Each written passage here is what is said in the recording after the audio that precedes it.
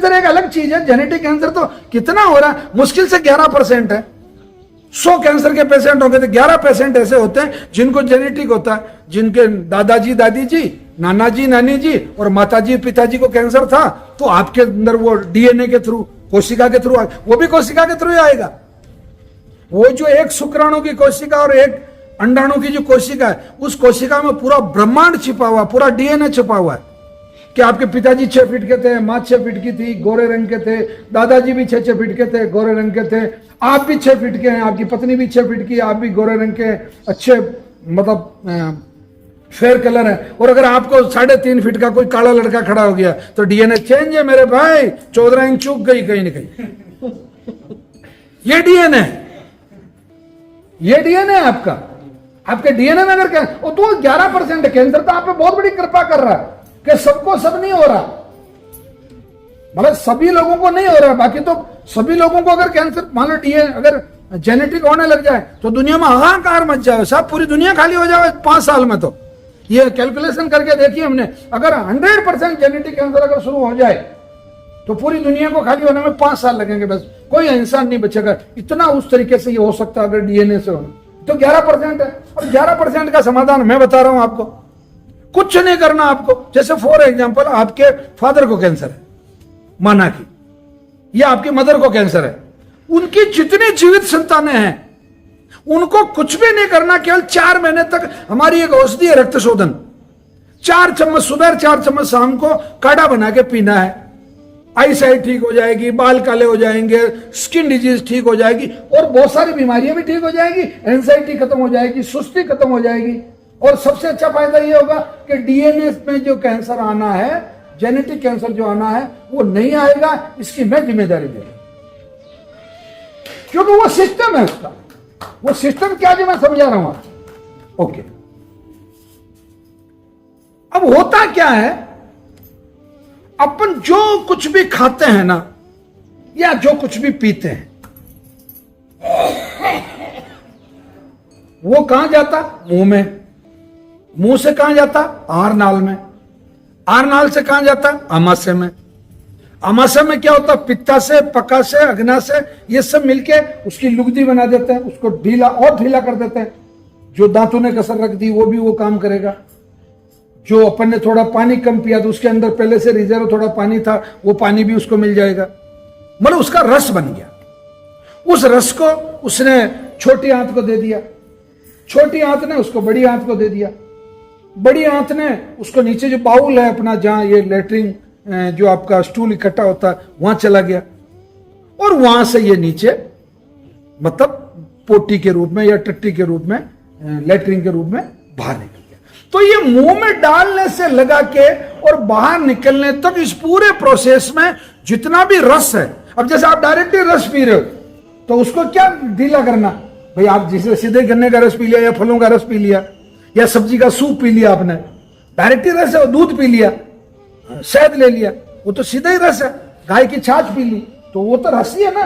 ये मुंह से लगा के और बाहर निकलने तक इस पूरी प्रक्रिया में आयुर्वेद का सप्त धातु सिद्धांत आप अगर समझ गए तो आपने समझ लो आप खुद ने कैंसर का इलाज समझ गए। मतलब आपके अंदर जो वो इनबिल्ट डॉक्टर जिसकी मैं कह रहा हूं ना, उस डॉक्टर को आज आपको ढूंढना है सबको, वो डॉक्टर अंदर बैठा है। वो परमात्मा के रूप में नहीं, वो ज्ञान के रूप में। ज्ञान भी परमात्मा का स्वरूप हो सकता है, मैं उसमें विवाद में नहीं फंसता। ओके, वो रस बन गया। तो पहली धातु क्या हुई? रस। अब उस रस से बनता रक्त, रक्त बनेगा तो रक्त हो गई दूसरी धातु। रक्त से बनता मांस। आपके शरीर में मांस क्या है? किडनी मांस है, लीवर मांस है, ब्रेस्ट मांस है, ब्रेन मांस है, स्किन मांस है, ये सब पूरा मांस। उससे बनता मांस। मांस से बनती है चर्बी, चर्बी से बनती है हड्डी, ये सब धातु है। अस्थि, हड्डी, हड्डी से बनता बोन मेरो, अस्थि मज्जा। कभी आपने कभी किसी पशु के कोई मरा हुआ पशु के हड्डियां वगैरह देखी हो तो उसमें अंदर एक चिल्ली नुमा मतलब बिल्कुल जाली जैसा वो होता है, वो बोन मेरो। वो फैक्ट्री है खून बनाने की, वो प्रोडक्शन वहां होता है उसका, ठीक है। और बोन मेरो से महिलाओं में तो बनता है रज और पुरुषों में बनता है शुक्र। रज बोले तो अंडा से, अंडा एक कोशिका। शुक्र बोले तो शुक्राणु, उसका एक शुक्राणु, वो दोनों मिले एक भ्रूण बन गया। भ्रूण धीरे धीरे धीरे धीरे बड़ा हुआ, फिर वो या तो लड़की के रूप में या लड़के के रूप में या ट्रांसजेंडर के रूप में दुनिया में बाहर आ गया। तो ट्रांसजेंडर तो वहीं का वहीं वापस रुक गया, उसको तो आगे न तो बढ़ना है, केवल ताली बजानी और मजे लेने और जीवन समाप्त कर लेना। परंतु पुरुष बन गया, फिर वापस वही प्रोसेस है उसका। महिला आ गई, फिर वापस वही प्रोसेस है। तो ये बन गया आपका रज और शुक्र। अब रज और शुक्र अगर मिल गए तो बन गई संतान, और नहीं मिली या उसका बहुत ज्यादा दुरुपयोग अगर आपने नहीं किया तो उससे बनता ओज। ओज का मतलब होता है आपका, मोटे मोटे शब्दों में, आपका ओजस्वी होना, ग्लो होना, एक शक्तिशाली होना, विचारशील होना।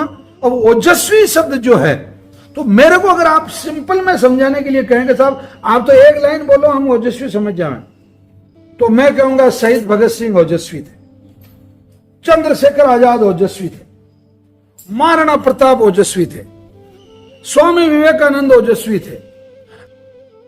बात खत्म। मतलब अगर सिंपली ओजस्वी को समझना है, मतलब मन से, वचन से, कर्म से, वाणी से, व्यवहार से, सबसे ओज बन गया। ओज से बनता है मन, और मन का आयुर्वेद में जो स्थान है वो हृदय में है। आपका जो हार्ट है उसमें मन निवास करता है। ठीक है, अपन जनरली ये कहते हैं ना, आप कैसे कहते हैं यार आज मेरा मन कुछ ठीक नहीं है, ऐसे कहते हैं कि नहीं कहते? आज थोड़ा मन ऐसे ही हो रहा है, या यूं कहते हैं आज मेरा मन खराब हो रहा, मेरा दिमाग यहां होगा, तो दिमाग खराब हो रहा, या यूं कहेंगे मेरा मन दुख रहा है यार, मन में दर्द है। नहीं, ये हृदय स्थान। और मन को गवर्न करती है आत्मा। मन के बीच में एक महात्मा है, महात्मा के आगे आत्मा है, और आत्मा के आगे परमात्मा है। मन किससे बना? अभी बताया मैंने, ओज से। किससे बना? ओज से। तो ओज जितना ताकतवर मन उतना ही ताकतवर, ओज जितना अच्छा मन उतना ही अच्छा, ओज जितना क्रियाशील मन उतना ही क्रियाशील, ओज जितना लल्लू पंजू मन उतना ही लल्लू पंजू। ओज किससे बना था साहब? रज से और शुक्र से। तो शुक्र और रज जितना ताकतवर उतना ही ओज ताकतवर। शुक्र और रज किससे बना था? बोन मेरो से। बोन मेरो जितना अच्छा, शुक्र और रज उतना ही अच्छा। बोन मेरो किसका अच्छा होगा? इसकी बोन अच्छी होगी, हड्डी मजबूत होगी। फैक्ट्री पे डिपेंड करता है कि प्रोडक्शन क्या होगा। ठीक है, हड्डी किसकी मजबूत होगी? जिसकी चर्बी अच्छी है, चर्बी उत्तम है। चर्बी किसकी उत्तम होगी? किसकी होगी? जिसका मांस उत्तम होगा। मांस किससे बना? रक्त से, खून। रक्त किसका अच्छा होगा? जिसका रस अच्छा होगा। अब रस किसका अच्छा होगा? अमीर का या गरीब का, हिंदू का या मुसलमान का? किसी का नहीं, व्यक्ति का होगा। अब किसका रस अच्छा होगा? रस किससे बना था? आहार से। अब आहार क्या है? अब आ जाओ अपनी इस लिस्ट पे।